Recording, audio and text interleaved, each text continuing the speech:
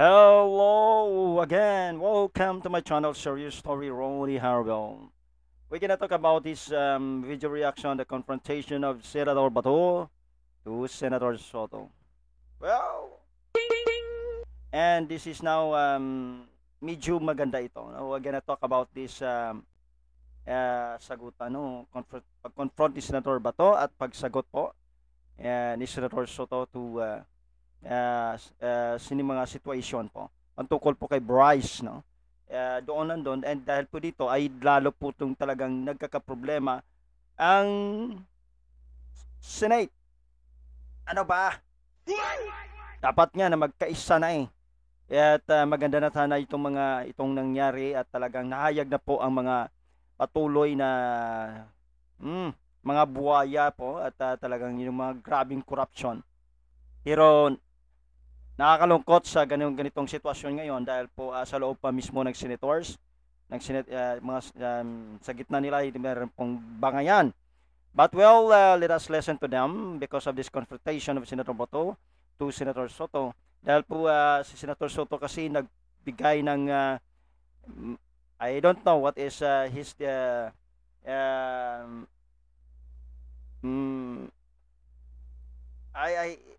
mahirap magsalita But anyway, kasi nagpa-interview siya doon kay Christian Esguerra, no? Isa pong sikat na vlogger at newscaster. Kaya ang problema kasi ito naman si Christian Esguerra ay alam naman po nating kalaban niyang Duterte, no? So dapat sana yun wag po tayong bias. Dapat po nasa gitna kayo kasi kayo nasa media po kayo So kahit po ako ayaw ko po maging one-sided because we just learn something na mayroon po naman tama ang iba, ang kabila, mayroon naman tama po ang kabila.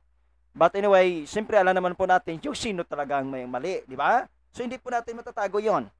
Well, we're gonna listen this tonight for Senator Bato sa dalawa po, kay Senator Soto din po para maintindihan natin kung ano pong kanilang anong ang confrontation ni Senator Bato kay Senator Soto. Okay, so let's listen now for Senator Bato sa kanyang sinabi ngayon pag-confront po kay kay Senator Soto. Since nabanggit mo lang rin na yung pagpangalaga sa lahat ng miyembro ng Senado ay isang tungkulin ng Senate President. I just would like to bring to the attention of the Senate President. I came across with the news. Now, when the Senate President was asked by a certain Christian Esguerra regarding the minority taking up the question about the custody of Bryce Hernandez. Ito po ang sagot ng Senate President, which I find it very, very, very sad because being the Senate President, we hope that you are going to take care of not only the majority, because you are not the majority leader, you are the Senate President, and we hope that the majority and the minority will be taken care of by the leadership of the Senate. And if I quote your answer, Mr. President, gimmick yan ng minority. Hindi ba nila naiisip na baka si Martin Romualdez ang tuta ko? Makabintang sila porque pinagbigyan ko yung TRICOM, tuta na ako. May ginawa ba akong illegal? Yung request ng House of Representatives, illegal? Hindi. Ang gusto ninyo, awayin ko yung House of Representatives on day one. Mamatay sila sa sama ng loob. So, malungkot lang ito, dalawang punto, Mr. President. Unang-una, yung mamatay sila sa sama ng loob. Kami, Mr. President, hindi mo po kami mapatay sa sama ng loob dahil hindi na po masama ang loob namin dahil tanggap na namin na kami ang minority. Ang kinasama lang ng loob namin is bakit kailangan pang patayin kami sa sama ng loob? Hindi na po masama ang loob namin. Tanggap na namin na kami minority. At pangalawang punto, Mr. President, gimmick lang ng minority yan. Ang Senado po, hindi po ito noon time TV show na puro gimmick ang ang ating tinitik up dito. Kami po ay nag-raise dito ng legitimate issues which requires legitimate attention. So Mr. President, ako po ay nalulungkot, which brings me to my parliamentary inquiry, Mr. President, na yung si Bryce Hernandez, yung kanyang custody was transferred, physical custody, I'm talking about physical custody, was transferred from the Pasay City Police Station to the Senate Sergeant at Arms room. Through yung from correction, from Camp Crame, Pasay, it was done through plenary action. Now, well, yun po yung sinabi pong hindi po ito non-time show. Non-time show. Ay, nako. Tamaan doon si Senator Soto Well, mamatay kayo sa inggit. Yan po ang sinabi kasi. So, that is the response kapag confrontation of Senator Bato kay Senator Soto because of he said, mamatay kayo sa inggit. Ay, nako naman. Well, ganyan ba talagang tingin natin pagdating dyan? Woo! Alamin natin next nating video patungkol po sa pagbangayan ni Senator Bato, Senator Soto and Senator Marcolita. At talaga naman. Well, this time we are we really sad to hear this and about the situation of the confrontation. Hindi naman kasi maganda yun you know. Pero may reason din naman Senator Soto bakit yung sinabi. Pero actually I can say, you know, actually na-miss din dito ni Senator Soto. So dapat wag yang saksakin yung tadtadan ng patalikod yung makasamaan niya, hindi yan maganda. Well, pakinggan na natin po kanyang sinabi ng reason po ni pagsagot ni Senator ni Senator Soto. Well, addressing the trolls because it was the trolls who were saying something to that effect na misunderstood nila completely. I'm not supposed to do this. I'm not supposed to answer you here in the rostrum, but I cannot help but do that because you took the floor and parang sinisita mo yung Senate President, which is very unparliamentary. But nevertheless, I will answer you.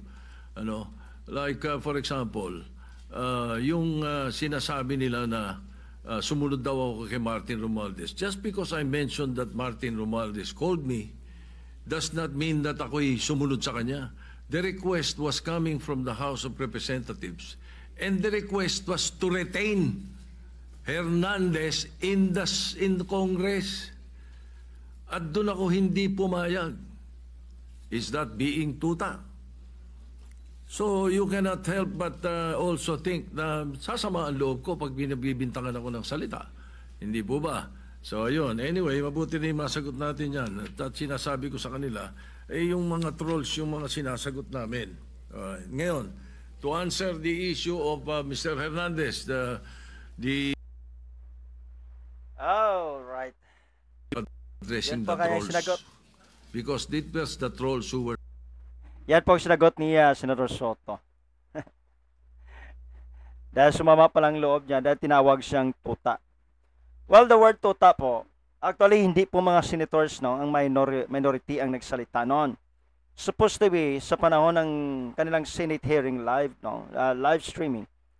Plenary, I mean, Senate plenary. Ba naman, sa Senate plenary nila, sa live nila, actually, yung mga nagko-comment doon, yung mga nanonood, hindi naman natin alam kung contrast lang, basta sinabi, tuta siya ng, yun po. So ngayon, nagkakalat ng ganyan mga viral patungkol po sa pagiging tuta niya. So, kaya nagkaroon po ng sama ng loob siya. Kaya ang naging problema ay ang kanya pong binanatan ay mga kasamahan niyang senators. Actually, ito pa yung mga kasamahan niyang senators, dapat yung may mahirap kasi, yan na po, kayong magkasama dyan, dapat po, lalo na po ngayon ay Senator, Senate President, dapat nandun yung pag-humble mo, yung just ano lang, yun kasi naging problema ni-air nila eh. Katulad ngayon, nangyari kay Senator Soto, nakipag-interview siya doon kay Christian Esguerra. Anong nangyari? Siyempre mga vlogger dyan, mga talagang ano nangyari, di ba? Nagkaroon lalo po ng ay nako. Well, yan po ang nangyari. Yan po ang kanyang sinabi dahil po karoon siya ng sama loob. Kailangan po talaga matibay yung loob mo dyan sa Senate kasi nandyan pong debate. Talagang debate. At naging emotional po si Senator Soto. Anyway, yun lang kasing problema kay sa ibang mga vlogger ay lalo pang pinalala. But anyway, ito po ay ati pong dapat encourage, dapat ang Senate po ay magkaisa dahil kailangan po talaga na mabuko po ang lahat, talagang yung pinakautak talaga ng korupsyon na ito. See, ang korupsyon na ito, diba? Nandyan po sa House. Kaya ang problema, kahit pong tao nagsasabi na parang tuta siya, kahit pa ako nag-isip niyan parang, diba? So ang tao kasi hindi mo mapigilan yan. They will comment. Kasi nandyan kayo sa public na service. So, okay lang. Simple natural. Babanatan ka talaga. So, problema lang kay Senator Soto ay ang kanyang pinagbalingan ay mga kasamaan niyang senators. Huwag naman sana. Dapat yun ang mga kasamaan mo sa body sa Senate, sa senators. Diba? So, teamwork kailangan. Maliban lang kung ayaw mo talaga na magkaroon ng talagang malalim at mabuking talaga ang pinakautak ng gumagawa ng corruption patungkol po sa flood control budget. Say, well, nandiyan na po. At pag-usapan natin next time yan ang mga dapat pag-usapan. Ganito po kay Senator Macolita at Senator Soto po. Okay? Alright. Maraming salamat po sa patuloy na inyong suporta.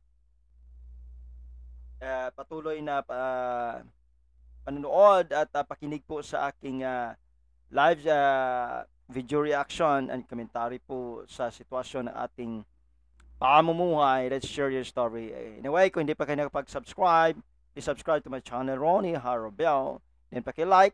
Then whatever you wanted to comment, you can comment anything as long in the video. And don't forget, then okay, yung notification bell nyo ay click din para matulugan yung bagong video natin. Okay? Alright? God bless you all. And this is your story, Ronnie Harobel. Bye-bye. God bless Philippines and see you the next video po natin. God bless.